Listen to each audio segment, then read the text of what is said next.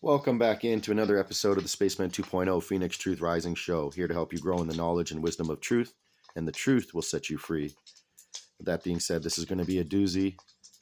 You're going to hear some words by Emmanuel talk about someone who comes after him to go against the people that are against him. This might cause some controversy with some, but I would hope that you would investigate, research, do your own due diligence without being biased into these facts. One great teacher on YouTube right now, there's quite a few of them, but they're able to debate different aspects of different Bibles and understand from different points of view. A man named Sam Shamoun, he's very good. I've learned a lot from him. And I like watching his debates. You can check him out on YouTube, Sam Shamoun, and see what he says to help you clarify some of the things that might upset some people, which I do not mean to, but like I said, the truth will set us free. We have to get over our own egos and our biases and move on with the light of truth. For even the most elect will be deceived in these days. And even those that call themselves the most devout Christians too will also be deceived from some of the false teachings that have been perpetuated upon them. So with that being said, let's get back on into, and they called his name Emmanuel. I am Sananda. Chapter 15th, Iscariot, Emmanuel, Sananda. August 10th, 1989, 3:45 p.m., year 2, day 359. Sananda here. Dharma, let us move softly as the attacks come upon our truth and works. Ones do not know of that which they do, and have no concept of those things which they utter. Man takes everything from context and expects to make sense of it. Further, 2,000 years of untruth are not exchanged for truth in a day. You become incensed for perceived insult unto me. Nay, child, there are no insults unto me, only foolishness on the part of those who speak without wisdom and knowledge. Ones are thrusting completely away from the point if they understand not my words. It is most apparent that if the one under discussion feels my messages too verbose, he had betterly carefully consider his own dissertations as to content and verbosity. Man does not want to hear truth, and the evil brothers will stop at naught to cause misunderstanding. You will give no further thought onto it except to realize that you shall have spears cast onto you from even your dearest ones. If ones wish to take on myself, now one with God, so be it. This one has given such great lessons unto you that I am most grateful, for he has been the questioner and tester from onset. I treasure this man and cherish his input, for he causes you to go within and confront thy own belief and truth and cast it into cement, where it must be foundationed in order for us to do our work in perfection. You of all must bear no doubts. I take thy pain and frustration onto myself, for one day soon you shall have a hearty laugh. It is that the one in discussion is searching for truth, for the truth of Emmanuel, and somehow correlate it to the stories perpetuated about Jesus in the false doctrines.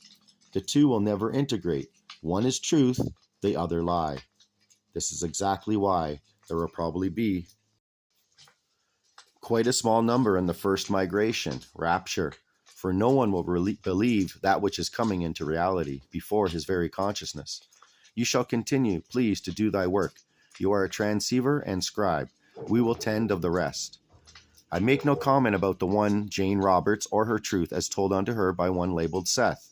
I am the Lord thy God, Sananda, one with hATOnn and one within the creation. Man will make of his choice, and he will be finding it necessary to make of that choice very soon indeed. I will sit no longer in thy corner while you play games with ancient space cadets. I am that I am, and so shall it be. If my words offend thee, and you find of them to be of annoyance, so be it. That also I have a planet filled with humanity, which I am given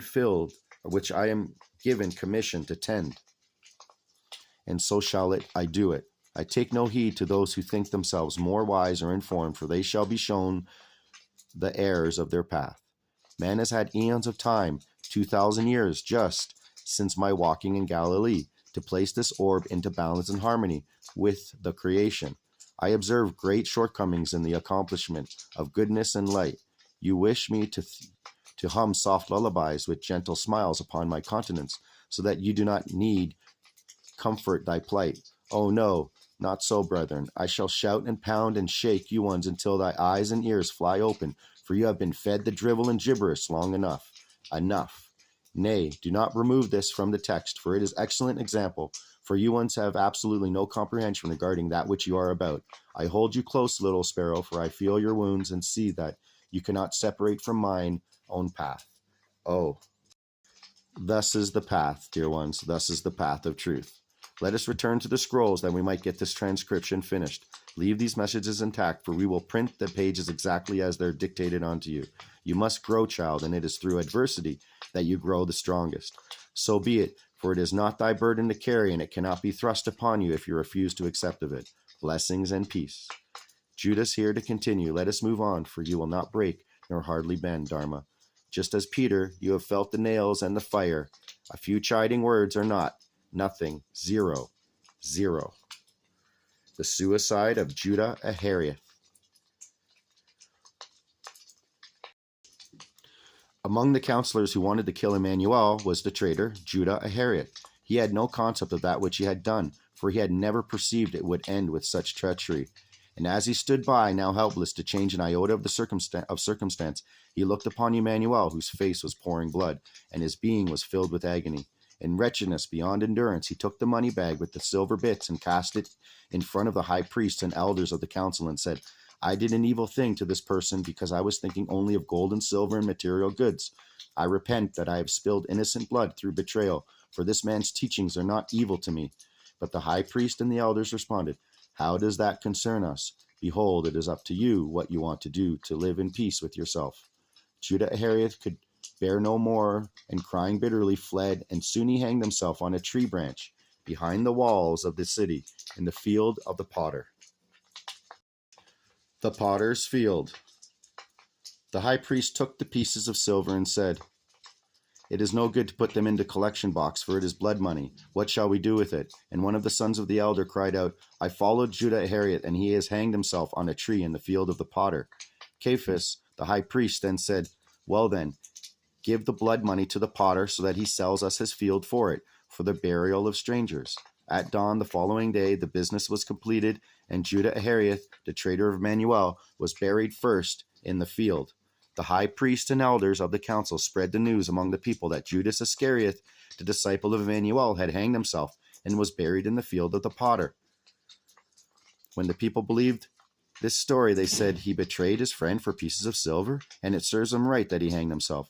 He did a grievous crime, and always the field of the potter shall be known as the field of blood. Brought before Pilate. Emmanuel is brought before Pilate.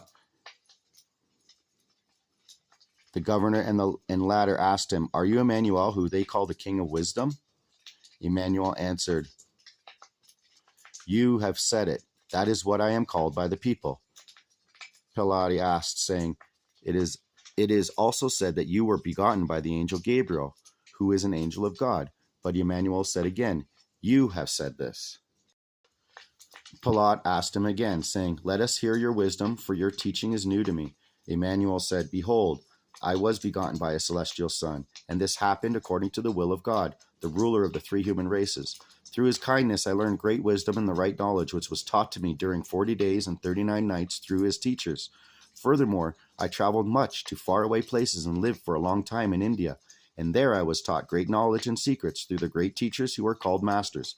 I shall go back there again, together with my brother Thomas, who is a faithful disciple of mine, when I have fulfilled my mission. I shall have my mother and another brother as well with me. I shall also have with me mine beloved, one who stands accused of my betrayal, for it was not he who was a traitor unto me. When they heard Emmanuel's speech, the elders and high priests became very agitated and shouted before Pilate, Do you hear his blasphemy of God? And Pilate spoke again to Emmanuel, Do you not hear how severely they accuse you? Do you not wish to justify yourself? Emmanuel answered him, Behold, I shall carry the burden as it is destined for me, but it is also a fact that many are against me and will testify falsely. In this I cannot find justice. Verily I say to you, many dogs cause hares to die, no matter how many turns the hare can make. It is also customary among people that the person most just does not find justice, because whether many testify against him or if few testify against him does not give substance to the matter, as long as they are regarded as high justice rules only in the laws of nature, because they are the laws of the creation. Among people, there is little justice, and justice is determined by them according to their social and political status and according to their valuable holdings. Thus I ask you, how could I expect justice according to this criterion? Pilate said, "Judging by the way you speak, you are very wise indeed, and I see no guilt in you. I question the teaching you just uttered." Again, let's repeat. Pilate said, "Judging by the way you speak, you are very wise indeed, and I see no guilt in you. I question the teaching you just uttered, but in this too I see no evil nor wrongdoing. For everyone should be blessed according to his faith. But since you have said nothing regarding your innocence, which would counter the denunciation of the high priests and elders, I see nothing good for you. Their will is my command, and that which I must obey." Emmanuel did not answer him, and the governor was very much surprised. Barabbas released. At the time of Easter, the governor Pilate was accustomed to releasing one of the prisoners from among those who were up for sentencing. It was always decided by the people, whomever they wanted, with the exception of one who was guilty of murder or of death with intent. At this particular time, he had a prisoner named Barabbas, and when the people were gathered, Pilate spoke to them. "Which one do you want me to release, Barabbas, the criminal, or Emmanuel, of whom it is said that he is a king of wisdom and the son of an angel?" But he knew that the priests and elders had persuaded the people by giving them copper, gold, and silver, so that they would ask for the release of Barabbas. He knew very well that they had turned Emmanuel over because of envy and hatred, for his teachings were liked by the people. Pilate's wife also pressed him, "Do not have any dealings with this just man, because today I suffered greatly in my dreams on account of him, and find his teachings are good." Therefore, he was favorably inclined toward Emmanuel. But among the people arose much shouting and confusion, and he asked a second time, "Which one shall I release?" Slowly, the shouting subsided, and the governor asked a third time, "Which one of these shall be released?" The people shouted and screamed, "You shall release Barabbas." People asked of them, "Thus it shall be. But what shall I do with him of whom it is said that he is Emmanuel, a king of wisdom?" The people roared, "Crucify him, let him be crucified." Pilate was not willing to accept such a penalty and asked very angrily, "What evil thing do you perceive this man has done that you want him to be crucified? He only taught a new doctrine, and for this he shall suffer death?" But the people continued to shout all the louder, "Let him be crucified, let him be crucified." Pilate washes his hands. When Pilate saw that he could do nothing against the people who had been persuaded, and that there was great unrest and turmoil, he took a pitcher of water and washed his hands before the people and said, "You see yourself what it is you want to do to this man. He is the captive of the elders and the high priests, so let them judge him. I have nothing to do with this just man, for I am innocent in regard to him, and wash my hands before you in innocence." Then the people agitated, and the crowd boiled in confusion and continued to shout, "He shall be crucified, he shall be crucified." Pilate turned Emmanuel over to the high priests and the elders and released Barabbas to the people. The high priests and elders had continued whipping and handed him over so that he would be crucified. The soldiers of the governor agreed with the priests and elders and dragged Emmanuel into the courthouse. They also brought as many of the crowd inside as space allowed. They pulled his clothes from him and put a purple coat on him. They also made a wreath of thorns and put it on his head, gave him a cane into his right hand, bent their knees before him, and said, "We greet you, you great king of wisdom of the Jews." They spit upon him, took the cane from his hand, and beat him on the head until his blood ran over his face and filled his eyes. When he was miserable and bleeding, Caiaphas, the high priest, asked him, "So what are you going to do now, you great king of wisdom?" Mohammed prophesied. Emmanuel was silent, and they hit him again on the head, and he moaned in pain and started to speak. "Verily I say to you, as you beat and mock me, you too shall be beaten and mocked. The time will come in 5 times 100 years when you shall have to atone for this day, and a new man will rise up in this land and whip and persecute you, and you shall have to pay with your blood. He will create a new cult and have people call him a prophet, and he shall persecute you throughout all times. Even though he will be a false prophet and bring you a new false doctrine, he has great power and will have your race persecuted throughout all time to come. His name will be Muhammad, and his name will be, for your kind, horror, misery, and death, which will be of your deserving. Verily, verily, I say to you, his name will be written in with blood, and his hatred against your kind will be endless. But since he will be a false prophet and bring you a false doctrine, so will his cult eventually be finished, when your kind and his kind will put down the foundation for a bloody ending for this world. These words caused such fury that they got extremely excited and beat him so brutally that Emmanuel collapsed. When he had aroused somewhat, they pulled the purple coat from him and put his own garments back on his body and led him away to crucify him. Dharma, let us leave this for this day. I request that you pull forth the writings of Thursday, August 3rd, 1989, 7 a.m. to 3:52, and print it all full as the next segment. It is much more suitable that Gabriel tell that portion than myself. I will leave my blessings upon you, dear friends. May our petitions of truth fall into the ears of hearing ones, and in understanding vision into the seeing eyes. So be it, and Salah. I take my leave. I am Judas Iscarioth. May the truth of these words be recognized.